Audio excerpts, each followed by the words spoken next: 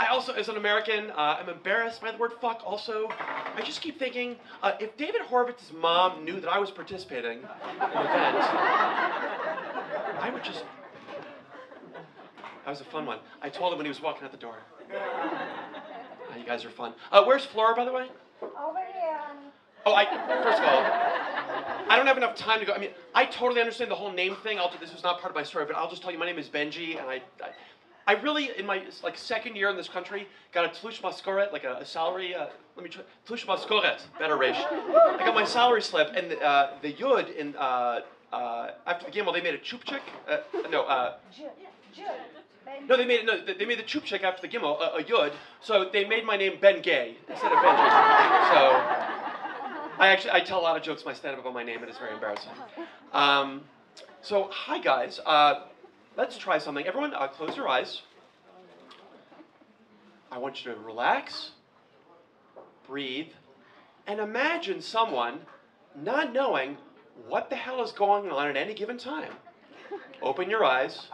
Hi, I'm an Ole. I've made a lot of mistakes, screwed up a bunch in my 10 years here. And tonight I'm going to talk about a 10-year-long fuck-up with the Hebrew language. So I am from Dallas, Texas. I grew up in the States. Are you from Dallas? Oh, wow, we'll talk afterwards. I grew up in my youth movement, Young Judea. Anybody know it? Wow, okay.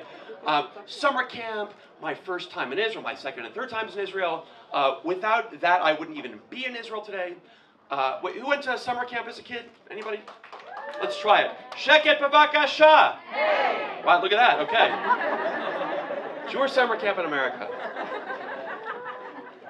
So, guys, I started learning Hebrew in Young Judea, and I say, without exaggeration, before I moved here, I think I enjoyed speaking Hebrew probably more than anyone on the planet. Like, I don't know why, just because I got to be a goofball and sound like an idiot and make people laugh and laugh at myself. I'm going to date myself for a second. I was in high school when Ice Ice Baby came out. I used to make my Israeli friend laugh by singing Kerach Kerach Tinok.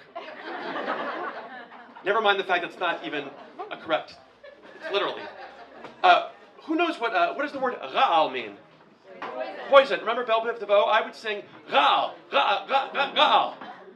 Yeah, it's not funny. Don't laugh. I was a moron. I would try to make my friends laugh. When I came here when I was 18 on my gap year, I took Hebrew classes, and my teacher's name was Netali. And I had a friend named David who was in class with me, and we'd always mess around in class. So inevitably, every other day of class, I'd raise my hand in my bad Hebrew and say, Natali, David mafria oti. And she'd say, mafria li. I'd say, oh, mafria li. All right, I'd forget. 2 days would pass, I'd say, Natali, David mafria oti, mafria li. Sooner or later, the ha'asimon nafal, and I said, Natali, David mafria oti. She said, mafria li. I said, Gam lach. And we would laugh because it was hilarious. I thought it was so funny at the time. Because I got older, I worked for Young Judea professionally. And I got to work with many shlichim, and they would teach me wonderfully important Hebrew phrases like Yanti Parazi and Mandavochkes. If you don't know what those are, ask an Israeli. I don't know why everybody didn't laugh. Maybe I said it wrong. I don't know. Yeah, if you don't know what Yanti Parazi is, say it a few times very fast, you'll... So, based on my love for Hebrew and I don't know what else, my Israeli friends, one day, about 10 years ago, I made Aliyah. What could go wrong? Foreshadowing. A lot goes wrong when you make Aliyah. Things were good at first. This is a little bit from my stand-up, but I did Ulpan, and I guess Israelis have no idea what it's like to do Ulpan. Let me tell you, to go to Ulpan as an adult is a blast, because the teachers speak to you like you're 5 years old.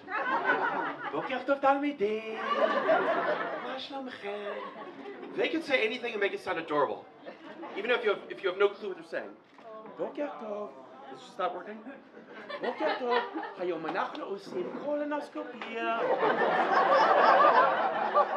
sounds amazing. It's working, we think? No, it's not. All right, it's working, we think. I cannot come up with enough jokes for my stand. This was not part of my story, but I'm going to share with you something I thought of this week, which I will try to do my stand-up. It is not finished yet, but I don't care, because I just like this observation. So I was talking to someone a few days ago in Hebrew, and she told me that she was cold. And I wanted to say to her in Hebrew, you're always cold. So I started to say, at tamid. And then I realized halfway through the sentence that that is not correct. So as I often do, I had to like get halfway into the sentence and pull back and start again, which means I basically speak Hebrew like I'm parallel parking. It's like, at tamid. Oh shit, let me do that again. Tamid, so. All right, I don't care. You know, in my first couple of years in this country, I was starting to make a little name for myself. I was doing stand-up comedy and writing and developing a little brand in English in the Jewish-speaking world about life in Israel. And then something happened. It's not even one thing, just life happened. To immigrate to another country is not easy. And I took a job in my second or third year here, working for a tour operator here in Jerusalem. I lived in Tel Aviv. I moved here, I've since moved back. I love it here though. But 5 hours a day commuting in a very stressful, very high pressure job. My Israeli coworkers, like, they wanted to die. They were so stressed out and burned out in this job. I had no chance. Like, it was not gonna be good. So a few things. First of all, being totally dependent on other people does not feel good. Like, who here knows how to, in let's say Microsoft Word, who knows how to change something from like portrait to landscape, like the direction of some, like, is that hard at all if you didn't know how to do it? What's that? It's in the print size. Okay, now imagine you had to do that in Chinese. I mean, unless you're Chinese, that would probably take you a long time. Like, every little thing took a long time. I don't know how the other, who made Aliyah besides me? Okay, I hope I'm not the only one. Does anyone else, when you get stressed out, does your brain just like lock up? Please tell me I'm not the only one. Yeah. Okay, some people like scream and become amazing. Some people like their brains freeze. It's like, if God forbid your house lit on fire, would you be so calm to stop and say, Herman, do I scream Ezra or Lazor? Is it Tazruli? Do I yell Esh or Srefa? You yell fire and get the fuck out. Like, you don't stop and...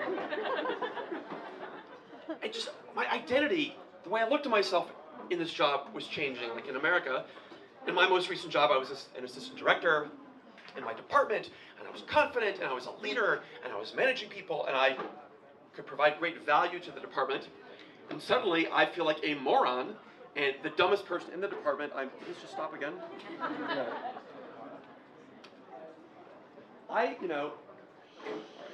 It's easier this way. Suddenly, I feel like the dumbest one in the department, and I am messing up, and sitting in meeting, not knowing what's going on, and then I'm not hearing what's going on because I'm in the meeting thinking about that I don't know what's going on, and it's just so it was not good. And that, unfortunately, was when I really started to associate Hebrew not with fun and being a goofball, but with stress and frustration. And I thought, all right, if I have to switch to English in a job to like relieve my pressure off myself and do a better job, that's what I'm going to do. And that wasn't so great. But that was my year, and I decided I had to get out of that job. That was the hardest year of my life, not because I couldn't master future tense, because I was depressed and in a dark place. It was not good. I mean, every OLED should do therapy, by the way. I mean, I don't know if you all do. We're already in therapy. Yeah, probably everyone in this region should do therapy, but definitely OLED. So that was actually the last full-time job I had, like 7 or 8 years ago, and since then, or after that, I started doing some freelance social media work. I started really doing stand-up comedy and managing tours to the States and writing and getting paid and having things go viral and developing like a little, a name for myself, which was amazing. But even when I felt like that I was succeeding professionally, I still felt like I was failing as an OLED because my Hebrew wasn't getting better, and that was frustrating.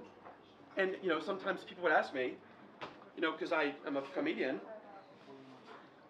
what do you mean you don't watch Eretz Nehederet? How do you not watch Eretz Nehederet? I'm like, well, because when I watch and don't understand, I want to poke a hole in my eye with a fork. You live in Israel. What do you mean you don't do stand-up in Hebrew? Well, because I want to have a life and not spend 3 more nights of my week out working, instead of like seeing friends, whatever. Anyone here ever date in a foreign language? Yeah. Either I can date in English, date Israelis in English, and feel bad that I'm not speaking Hebrew, or I can date in Hebrew and sound like a fucking moron with no personality.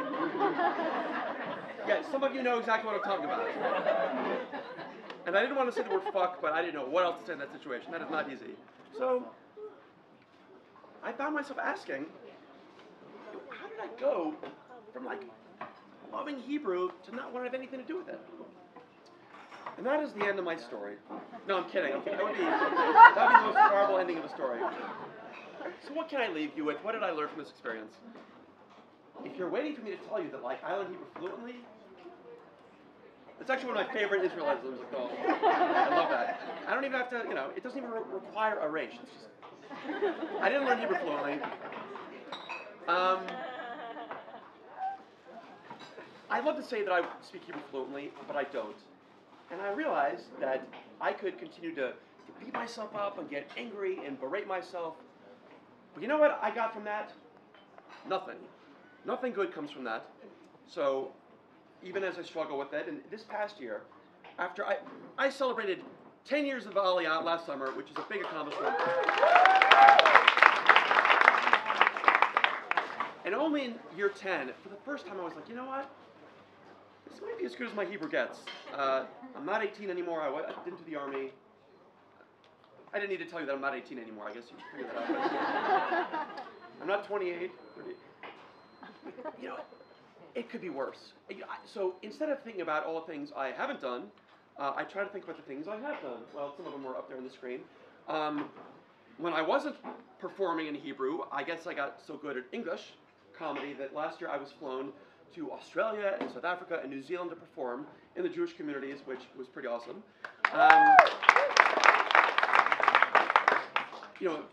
As opposed to my Oleh Hadash jokes that I did like 8, 9, 10 years ago, now my humor is getting to be so Israeli that after I finish performing for Israelis, they'll come up to me and say, that's my impression of an Israeli, by the way. That feels good. Like when I can make Israelis really laugh, that's awesome. It kills me, because every artist has like I don't know if it's the ego or the whatever that like the itch that needs to be scratched. Like when I put out content or some article or something that maybe goes viral in the English-speaking world, like it kills me that the majority of these people in this country like don't know that it exists or don't care or whatever. But those who do understand, it makes me feel amazing when people come up to me during, let's say, Suketan in 2014 and say, "Oh my God, thank you for writing all those jokes about the war. You were the only reason to go on Facebook." When I'm able to raise people's spirits with whatever I'm doing. And I guess I did something right because I was invited to come here and speak tonight. And this wasn't in my speech until tonight, but I'm the first ones to know this, and it feels like crazy even putting this out into the world, but after even thinking about it for years, I wrote like the first few paragraphs of an unwritten book on the way here tonight. Like I started writing a book.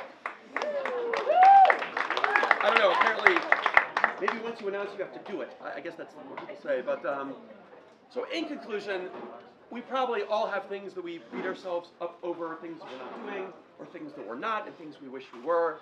But take it from me, it gets you nowhere. And if we can all accept our imperfections and try to focus on what we are rather than what we're not, we'll probably be a whole lot happier in life. So thank you guys very much.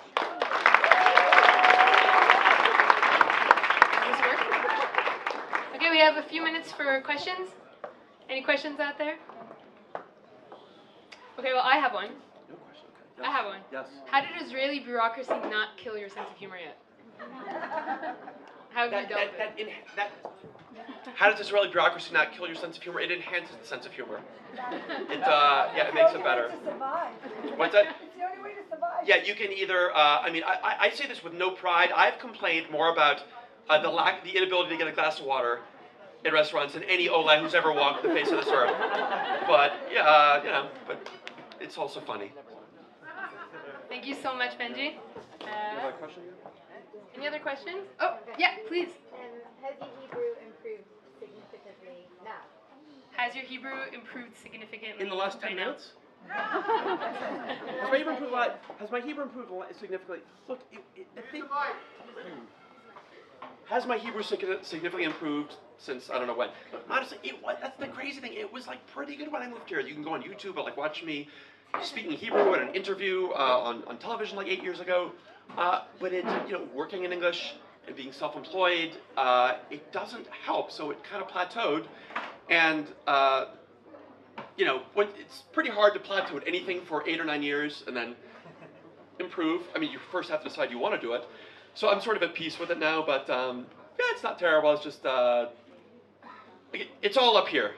You know, when we have a challenge in life, the hardest part is usually overcoming it up here. So, and I'm, I guess, your classic North American neurotic Jew. So, Israelis, you need therapy because you don't feel enough, and we Americans feel way too much. So, I don't know who's in the middle. Those people, Christians, Goyim are in the middle. They're the healthy ones. So, maybe I should write that down. That's not bad. Any other questions? Yeah, question. Trying to be both Been successful. what do you do in these days when you wake up and you find yourself, scrolling Facebook for hours and, until noon? So being self-employed, what do I do when I find myself waking up and being on Facebook till noon? When I find out the answer to that, I'll tell you. No. It's hard. I mean, it's hard. The number, I think, at least for me, I mean, I've said to people in the past, like, I feel like even being a self-employed accountant would be easier, because, like, these are your files, this is what you do, you crunch all the numbers and you're done. I mean, but like an artist, what does that even mean? Like, you could do this, that, there's a million, bajillion creative things, there's no end. So it's, my number one challenge is simply just managing time and being productive.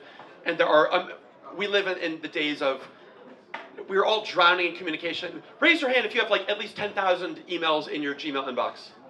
How do you, I don't know how those people live with themselves, but no, I mean, I love, we're all drowning in communication and stimulation. And nobody really knows the answer. It takes, you know, that's why being self-employed, we probably all work too much and we don't have boundaries, but I don't know, you gotta figure out what's important to you. And I mean, I've told myself, if I don't write a book before I die, I will not be able to live with myself. We'll see if I do it. Final questions, anything?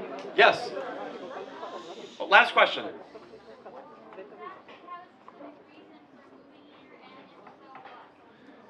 Do I have a reason for moving here, and if so, what? I do. In short, why did I move here? Number one, I grew up in my youth movement, Judea, loved it, loved Israel.